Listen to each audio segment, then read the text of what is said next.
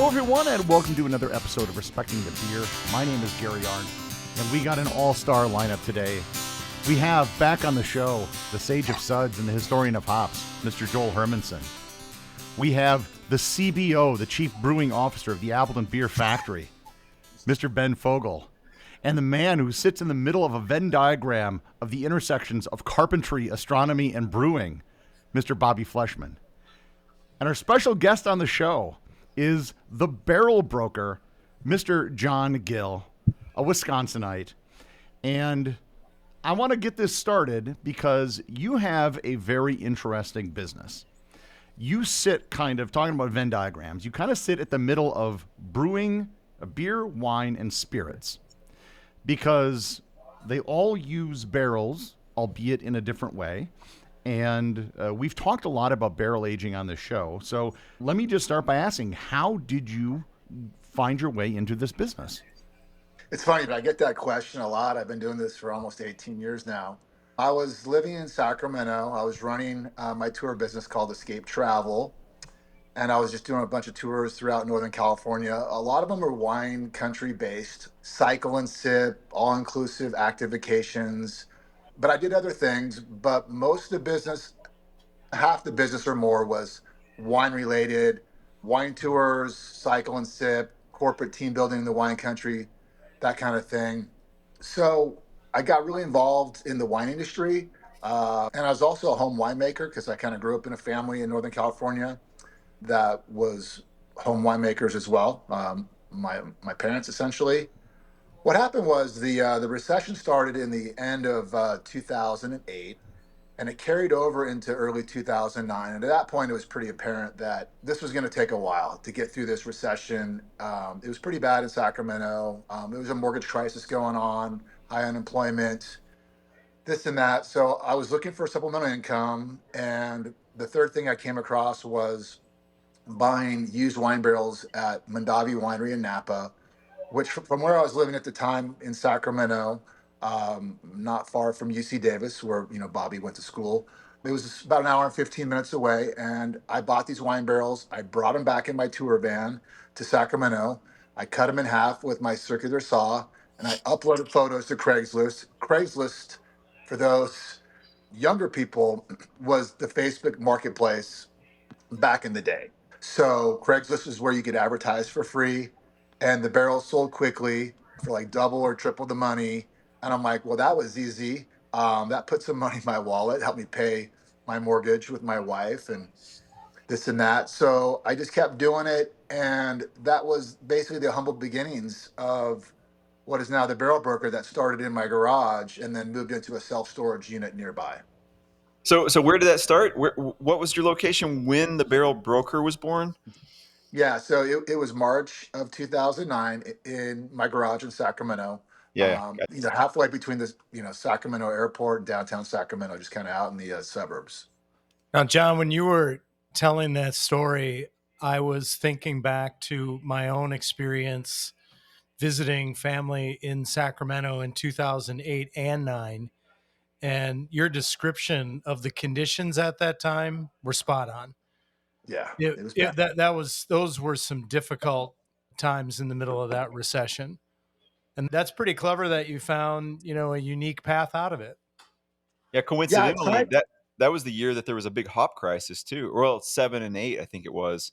Maybe 7, 8, and 9. There, in the beer world, there was a whole thing going on as well. Just to add insult to injury. Yeah, like I wasn't in brewing, at the time, so I wasn't even aware of it.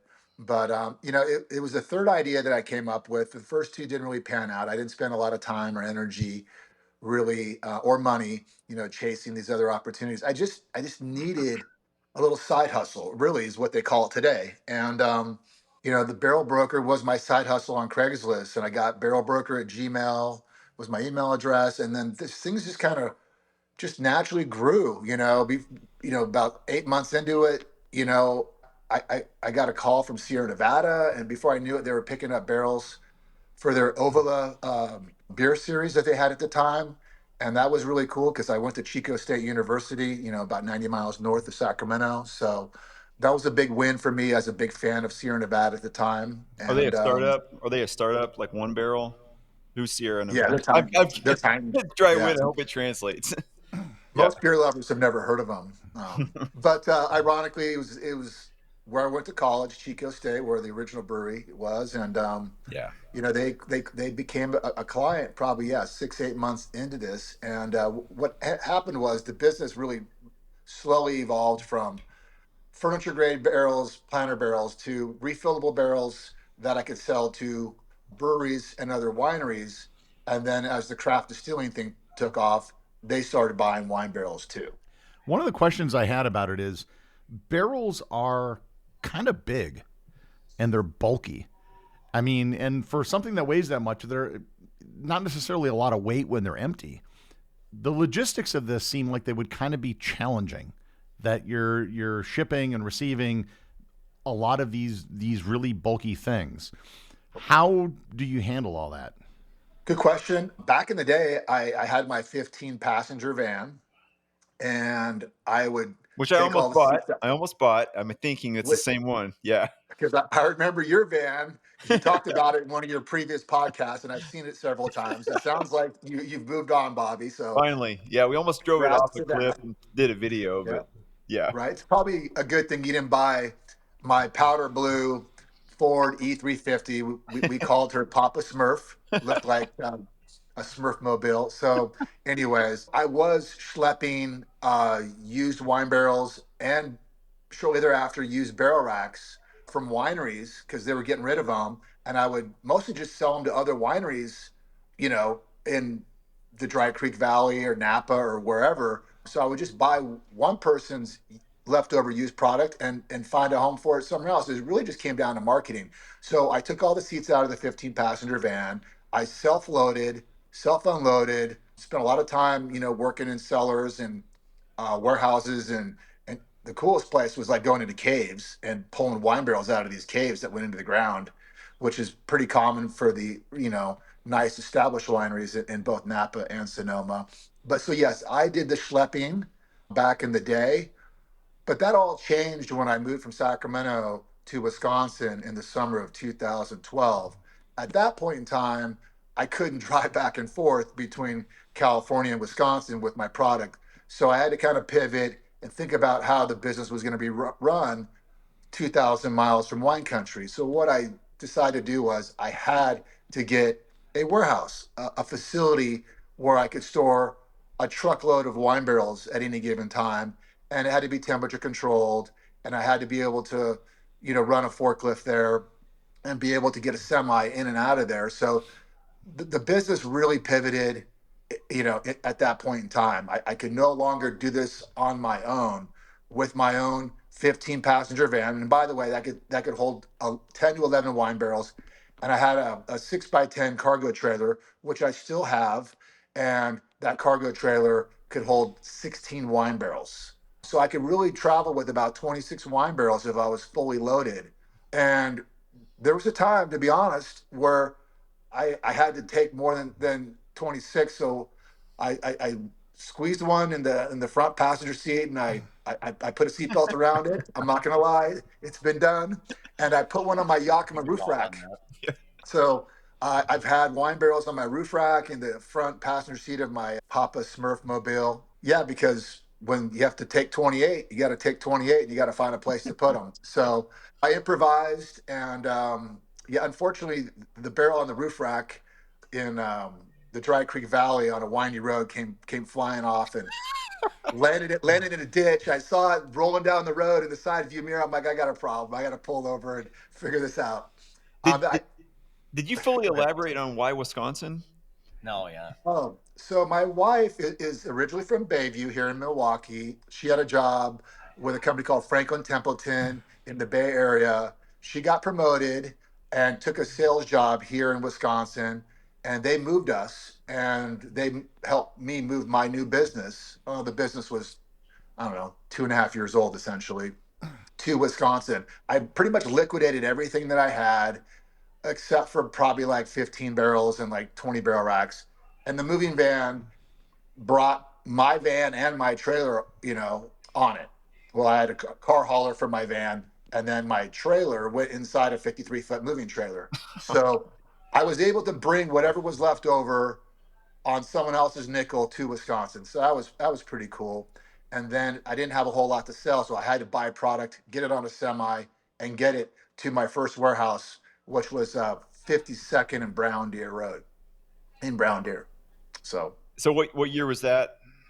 that was June. Well, I moved here in June of 2012, but my first load came in early July, like right after the first of Yeah, July. and I think I met you in 13. I was working at Stone Arch Brewing in Appleton, and we were getting some barrels from you then. Yeah, you were in that other warehouse though. I think when I met you, you had moved. I think you had moved in maybe late 13 or early 14. I moved from Brown Deer to my first Mequon facility, and then that lasted about 2.5 years. And I went out to Menominee Falls for about 8.5, and now I'm back in Mequon, real close to my original Okay. Mequon facility Yeah. as of July 1st. So I'm Gotcha. on my fourth space, and I guess close to working on 13 years. So it's been good. Yeah, man. You have the website domain that's the envy of all the barrel people in your sphere. The barrel broker. I Yeah. I don't know how that happened. Like I had to call the business this little side hustle something, right? So I'm like, well, I need an email, barrel broker at Gmail. It was available. Yeah. I registered it. I think about 6, 8 months in, I needed a website to grow the business, barrelbroker.com. Ironically, I knew a little bit about internet marketing. So I registered barrelbroker.net, .org, Dot beer. other. I registered about 15 different domain names and Nice. had them all redirect back to barrelbroker.com. So that really helped with the search results with Google, bringing more traffic to barrelbroker.com. But yeah, I think keeping it simple and just having barrel and broker all in that domain help the business in the end. For sure. For sure. It seems like you cater to three different, roughly, types of clientele: brewers, wineries, and distillers. A barrel is not a barrel, especially when you're talking about used barrels. So, what is it that you are looking for when you buy a barrel, and what are people looking for when they buy a barrel from you? We'll start off with what I'm looking for. One, I'm looking for a barrel where I can sell it and make money. I mean, I'm a business. Two, how am I going to sell that barrel? Is it going to be for furniture grade display, or is it going to be for refill? And that's two different type of barrels essentially. I sell a ton of bourbon barrels that had beer. Those are display barrels, otherwise known as furniture barrels, and there's a market for that. But then I also sell barrels for refill to breweries, wineries, distilleries, meaderies, or people who put honey or maple syrup in there. More of a food than a beverage or a liquid. Those barrels obviously need to be clean, tight, and wet. Or refill, I got to smell good on the inside, look good on the inside, not have anything infected on the inside. Basically, it has to be a rock solid barrel, especially on the inside. The inside really is what matters most, and people typically want them wet. So wine barrels, though, really shouldn't be wet. That's kind of a little bit of a misnomer in the industry. If you leave wine in a wine barrel, it's going to go acidic. So wine barrels need to be dry on the inside, although it can still be recently emptied and fresh, but just no wine left in there, as opposed to like bourbon or a rye barrel. You want some liquids. By See, liquid, you're talking about the liquid that was absorbed into the wood. I'm talking the liquid is absorbed into the wood over the course of time, but ideally the distiller would leave more spirit in there to help keep that barrel wet, tight, clean, and help keep that barrel from drying out essentially. And that is something that people look for in a wet refillable barrel. Is they're going to look inside with their flashlight. They want that barrel to smell good, smell like potent, like that spirit, with a strong sense of smell with that spirit per se. And then they would love to see that barrel strength. Let's just say bourbon. That bourbon at 120 to 130 proof really helps keep that barrel clean on the inside.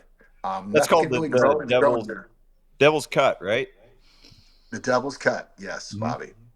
So So John, when that's you started this, you had no, did you have any idea that barrels were going to take off in the way that they did as far as brewing? I mean, everybody's got a barrel age this and a, whether it's an imperial stout or a doppelbock and whatnot.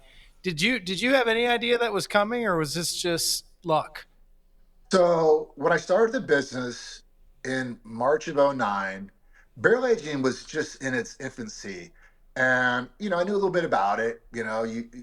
Sierra Nevada was doing some barrel aging at the time because they were well established. And there was other breweries, around Northern California that were starting to dabble in it. It was a thing, but it's nothing like it is, today, 17, 18 years later. I just kind of learned on the fly. I just kind of, taught myself, how to assess a barrel, where demand was, what people were looking for, what were good barrels, what were bad barrels. Just kind of learn on the fly, ask a lot of questions, do some research. There weren't a lot of competitors back then, so I couldn't really see what my competitors were doing. There was a lot of people, well, not a lot. There were some people brokering wine barrels because the wine industry was very well established for a long time in Northern California. So you had those people. But when it came to servicing the craft brewing industry, I don't know anybody in Northern California that was doing spirit barrels back then. Yes, there was wine barrel brokers, suppliers who were providing wine barrels, but the spirit barrel thing just wasn't happening. At least I wasn't seeing it until I started doing it when I moved to Brown Deer, Wisconsin, because I knew I was close to Kentucky and I could get those bourbon, those rye barrels, and those other spirit barrels cost effectively because they're only about 400 miles away. I knew that was going to be a part of my product offering when I decided to move to Wisconsin with my wife. I knew those barrels were being used in the craft brewing industry, and I knew that space was growing, and I wanted a part of it. I just didn't know, how fast it would grow or where it would take me. Ironically, today I don't sell a lot of wine barrels. I was 100% wine barrels when I first moved to Wisconsin, and I bring them in by the truckload. Bear in mind, a truckload's 230 to 264. I brought in wine barrels on Friday, and I just brought in 100. That's all I need. I don't need to buy more than 100 because I'll go through those in about 5, 6 weeks, and that's fine. I sell a lot more spirit barrels now than wine barrels. That's just how the business has evolved and how I've really moved from servicing wineries more into servicing the growth in craft brewing and craft distilling. Although I still do service wineries, but they typically want their wine barrels in June, July, August, September, October, leading up into the harvest season. So, in other words, moving to Wisconsin was really a great thing for your business. The business really took off for a couple of reasons.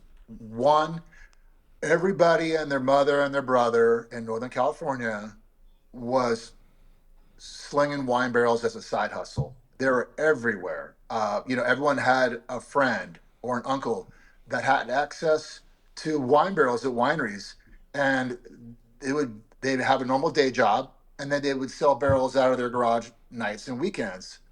Well, I was selling wine barrels out of my garage and self storage unit as a primary source of income at that point. I was pretty much getting out of the tour business once the barrel business took off. So my main focus after about 1.5 years was 100% used wine barrels and barrel racks in Sacramento.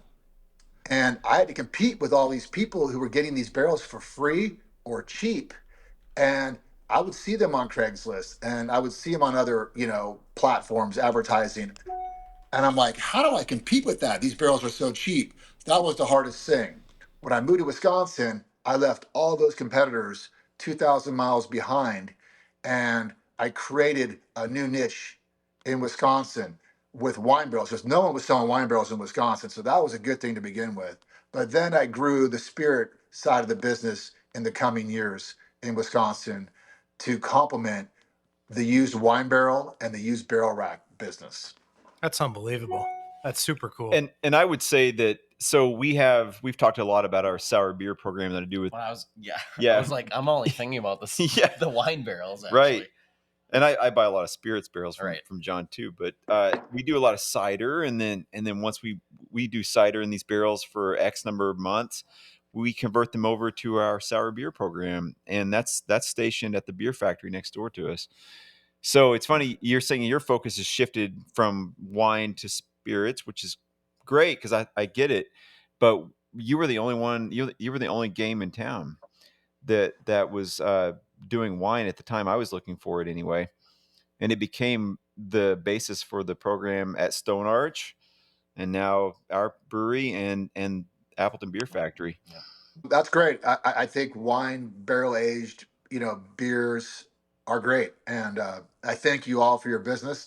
There are some wineries in Wisconsin where you can buy wine barrels. It's just timing. You have to call at the right time to get that freshly emptied wine barrel and hope it's not a leaker and it's clean and it's tight, it's refillable, and you hope you don't have to drive too far and pay too much for it. I took that hassle away from people who wanted wine barrels when I moved here because I was a home winemaker. I made Cab Franc in 2010.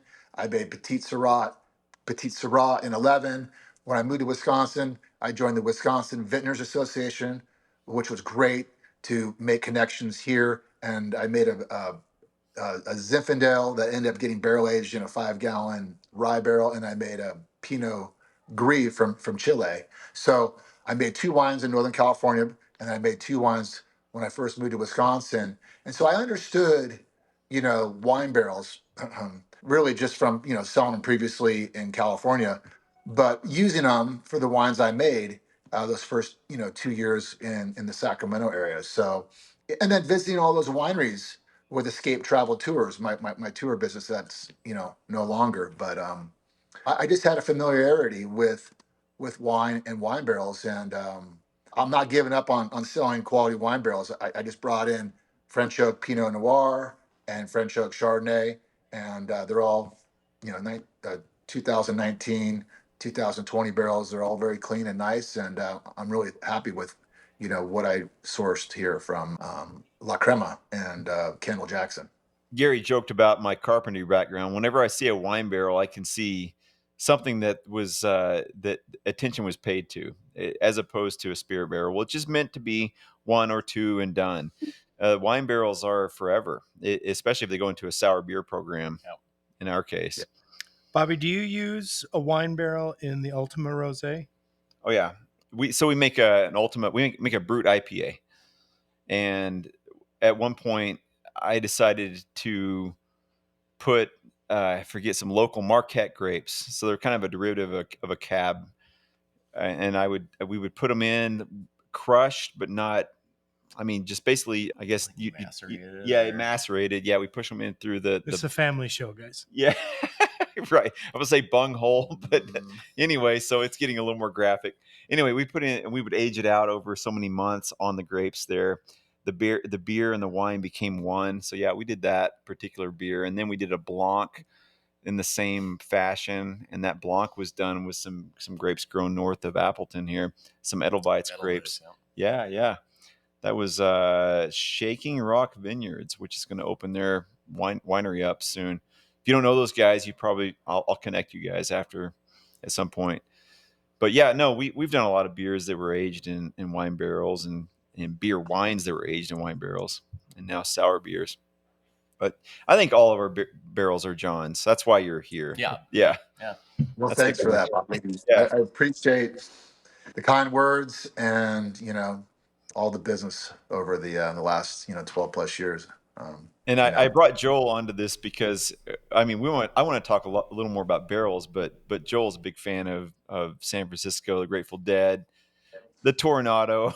So we'll get into some of that. I don't know if we want to do it now, but that's why Joel's here. He's a historian, but he's also a fan of. You didn't bring me here for my knowledge of barrel aging? No, I mean I brought him on because he's the expert of barrel aging. So. He's not. Certifiably no. John, we do have a quiz or a question for you. Do the hoops have meaning? The number of hoops on these barrels? That's where this all came from. We were trying to settle the number of hoops on these wine barrels as to whether they come from California or France or wherever. Do you know anything about Most that? most wine barrels have 6. Okay. Some coopers, and there's a lot of French oak coopers because they've been making them for hundreds of years in France. We'll put 8, or like larger barrels will often have 8 as opposed to 6.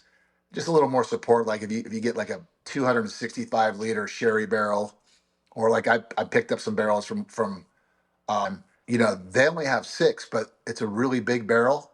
But it's American oak made by an American cooper. So I don't know if there's any rhyme or reason on the exact placement or how many, but typically the bigger barrels will have 8 as opposed to 6. They're all galvanized steel. They don't rust, unlike whiskey barrel, which are steel, and obviously steel rusts. That's why whiskey barrels have rusty bands after the course of time, and wine barrels do not. Right. Yeah. Do we have an Opus 1? Oh yeah. Which has wood. You still have one of those for me? Yeah.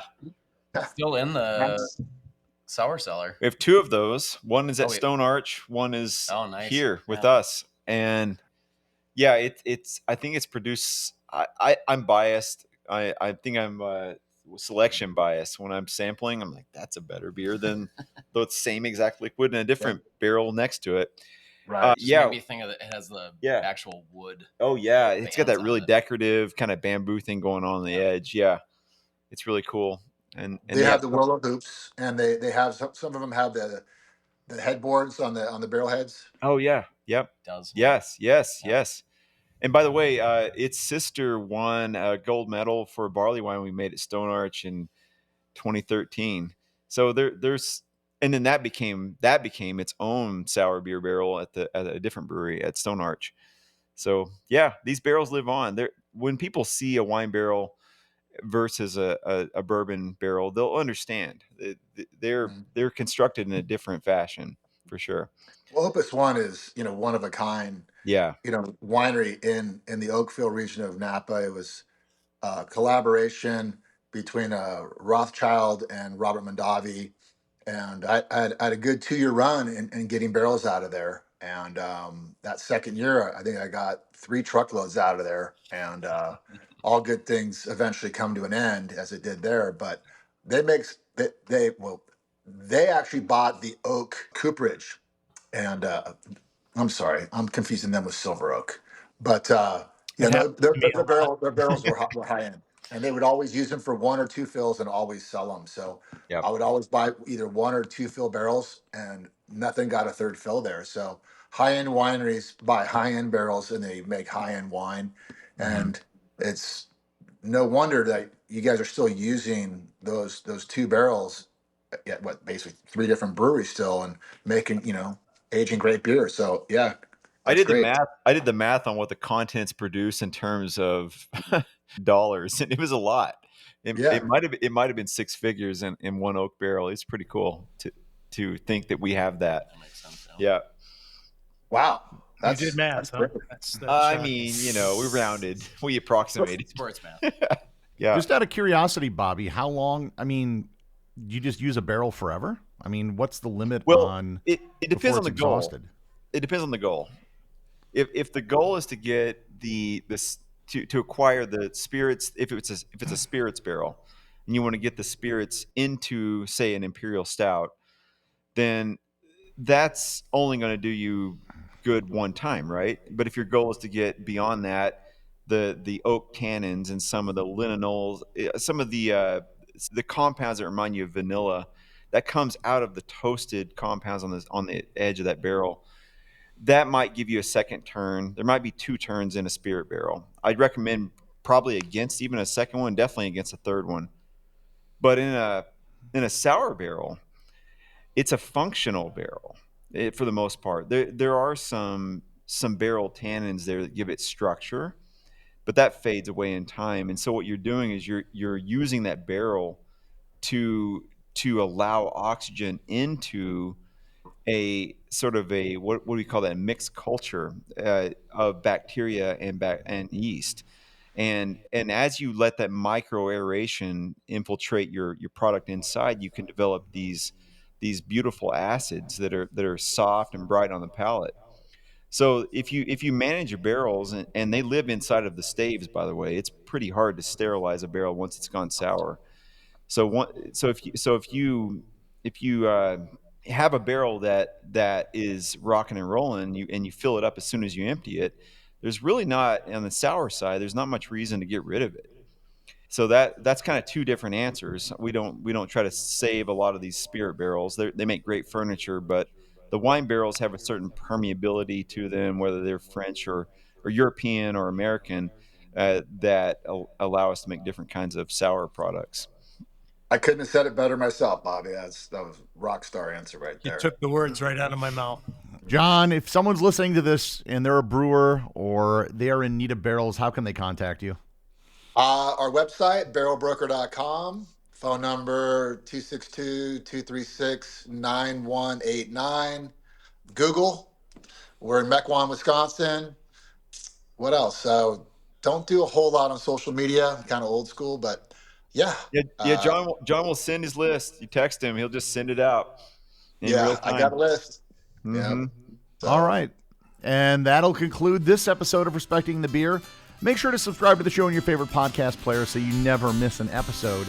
And join the Facebook group to get updates between the episodes, and support the show over on Patreon, where you can get exclusive content. Links to both of these are in the show notes. And until next time, please remember to respect the barrel-aged beer.